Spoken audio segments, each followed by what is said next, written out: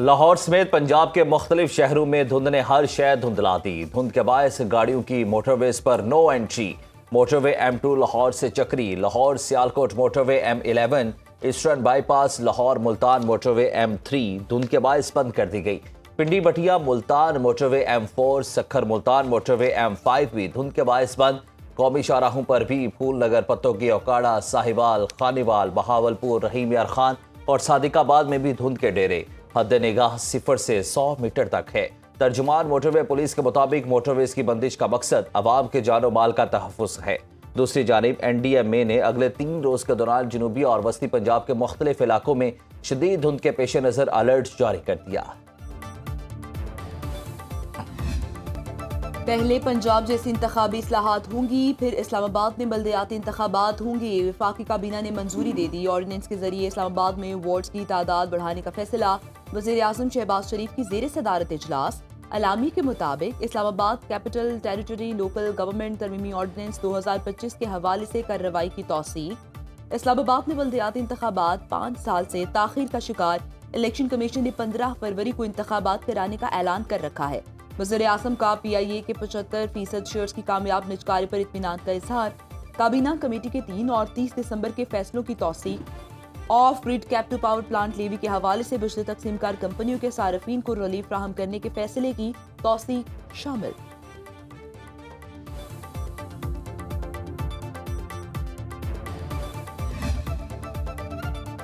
پاکستان کا ایران کے ساتھ ترجیحی شعبوں میں تعاون بڑھانے کا عزم۔ نائب وزیر اعظم اسحاق ڈار کی زیر صدارت پاک ایران تعلقات پر بین الوزارتی اجلاس۔ ترجمان دفتر خارجہ کے مطابق دونوں ممالک کے درمیان مختلف شعبوں میں جاری تعاون کا جائزہ لیا گیا۔ اقتصادی اور تجارتی تعلقات کو مزید مضبوط بنانے پر تبادلہ خیال کیا گیا۔ اسحاق ڈار کی بنگلہ دیش ہائی کمیشن احمد قائم مقام ہائی کمشنر سے سابق وزیر اعظم خالدہ ضیاء کے انتقال پر تعزیت کا اظہار کیا۔ گفتگو میں کہا کہ خالدہ ضیاء پاکستان کی اچھی دوست تھیں۔ دکھ کی گھڑی میں مرحومہ کے اہل خانہ اور بنگلہ دیشی عوام کے ساتھ کھڑے ہیں۔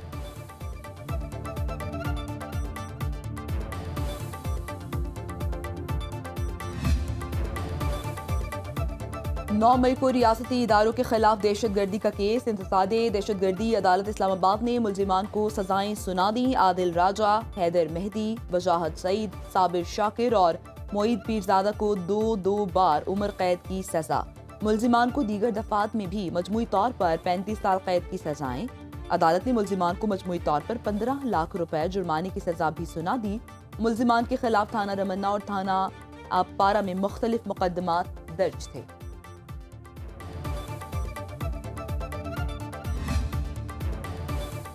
شفیع اللہ جان کے الزامات غلط اور گمراہ کن، کوئی شواہد موجود نہیں، 7 روز میں وضاحت دینے کی ہدایت۔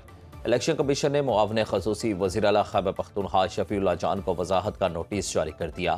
یوٹیوب چینل پر الیکشن کمیشن کے خلاف الزامات۔ الیکشن کمیشن کے نوٹس کے مطابق شفیع اللہ جان نے ہری پور ضمنی الیکشن کے حوالے سے الزام لگایا کہ فارم 47 اسلام آباد سے جاری ہوئے اور فارم 45 کو اپلوڈ نہیں کیا گیا۔ تصدیق شدہ شواہد کے بغیر ایسے بیان الجھاؤ پیدا کرتے ہیں۔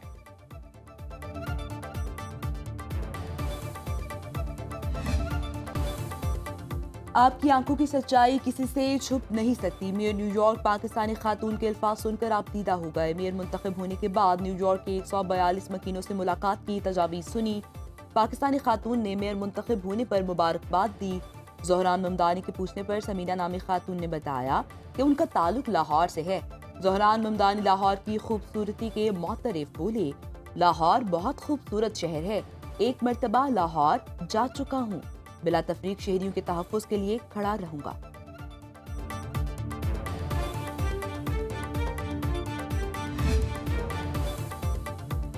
نیو یارک کے معروف پاکستانی نایاب امریکی وکیل علی نجمی کے لیے اعزاز۔ علی نجمی میئر نیو یارک کی عدالتی مشاورتی کمیٹی کے سربراہ مقرر۔ زہران ممدانی نے علی نجمی کی تقرری ایگزیکٹو آرڈر کے ذریعے کی۔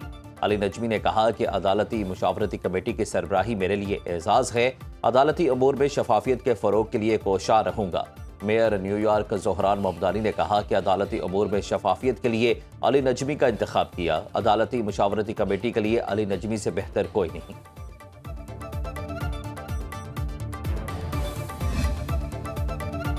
بھارت کے خلاف جنگ میں فتح کے بعد پاکستان کا وقار بلند ہوا۔ فتح کے بعد پاکستان کو جو مقام ملا عالمی سطح پر پہلے کبھی نہیں ملا۔ امریکہ میں پاکستانی سفیر رضوان سعید شیخ کی میڈیا سے گفتگو، کہا پاکستان اور امریکہ جب بھی اکٹھے چلے نتیجہ مثبت نکلا۔ گزشتہ سال پاک امریکہ تعلقات میں نمایاں بہتری آئی۔ سفارتکاری میں خود ایک مشیر کے طور پر کام کر رہا ہوں۔ پاکستان اور امریکہ دنیا میں آبادی کے لحاظ سے 5 بڑے ملکوں میں شامل ہیں۔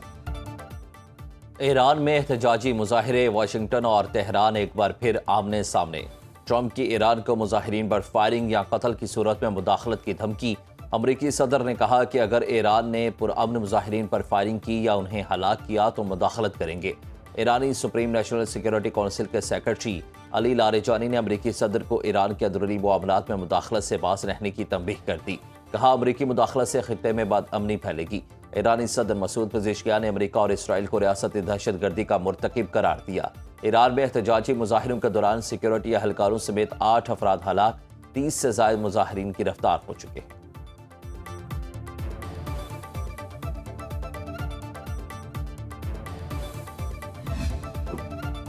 پاکستان کا یمن بحران کے حل کے لیے مکالمہ اور سفارتکاری پر زور۔ یمن کی خود مختاری، علاقائی سالمیت کی بھرپور حمایت کا اعلان۔ ترجمان دفتر خارجہ نے سعودی عرب اور UAE کے مثبت اقدامات قابل تحسین قرار دے دیے۔ یمن میں امن کے لیے سعودی عرب، امارات کی دانشمندانہ قیادت کی ستائش کرتے ہیں۔ پاکستان کا خطے میں امن و استحکام کے لیے مثبت کردار ادا کرنے کے عزم کا اعادہ۔ پاکستان کی مسئلے کے پرامن حل کے لیے برادر ممالک کی مشترکہ کوششوں کی حمایت۔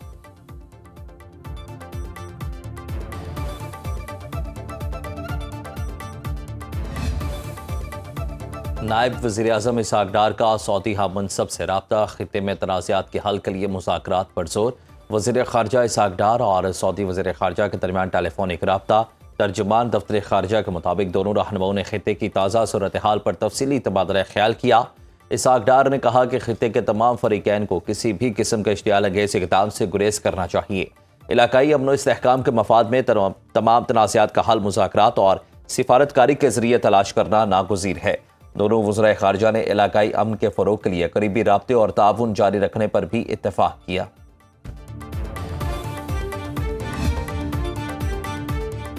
سال 2026 کے پہلے ہی دن دبئی میں 58 ارب روپے سے زائد کی پراپرٹیز فروخت ہو گئیں۔ سرکاری اعداد و شمار کے مطابق سب سے بڑی مالیت کا سودا پام جمیرہ میں ہوا، جہاں ایک لگژری اپارٹمنٹ 3 کروڑ 35 لاکھ درہم میں فروخت ہوا۔ برج خلیفہ کے قریب ایڈریس فاؤنٹین ویوز ٹاور 2 میں واقع ہوٹل اپارٹمنٹ 1 کروڑ 44 لاکھ درہم میں فروخت ہوا۔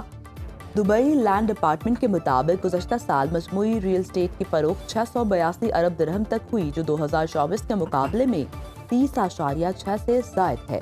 دبئی کی پراپرٹی خریدنے میں 31 سے 45 سال کی عمر کے افراد سب سے آگے رہے۔ برطانیہ کے مختلف حصوں میں شدید سردی، برف باری اور برفانی طوفان کے باعث الرٹ جاری کر دیے گئے۔ شمالی حصوں میں درجہ حرارت -6 تک گر گیا۔ محکمہ موسمیات کے مطابق انگلینڈ، ویلز اور نارتھ آئرلینڈ کے کئی علاقوں میں یلو سنو اور آئس وارننگ پیر تک برقرار رہے گی۔ اسکاٹ لینڈ میں جمعے سے ہفتے تک ایمبرا سنو وارننگ نافذ، 40 سینٹی میٹر تک برف پڑنے کا امکان۔ اسکاٹ لینڈ میں -8 جبکہ انگلینڈ اور ویلز کے دیہی علاقوں میں درجہ حرارت -5 ڈگری تک گرنے کا امکان ہے۔ حکام کے مطابق کئی علاقوں میں برفانی طوفان جیسی صورتحال پیدا ہو سکتی ہے۔ شہریوں کو غیر ضروری سفر سے گریز، احتیاطی تدابیر اختیار کرنے کی ہدایت کرتی ہے۔ پاکستان اور بھارت میں جنگ بندی میں چین نے ثالثی کا کردار ادا کیا۔ وزیر دفاع خواجہ آصف نے چین کے وزیر خارجہ وانگ ای کے بیان کی تائید کر دی۔ خواجہ آصف نے social media platform X پر کہا، پاکستان سے بچنے کے لیے مودی نے نہ صرف چین بلکہ پوری دنیا سے مدد کی درخواست کی تھی۔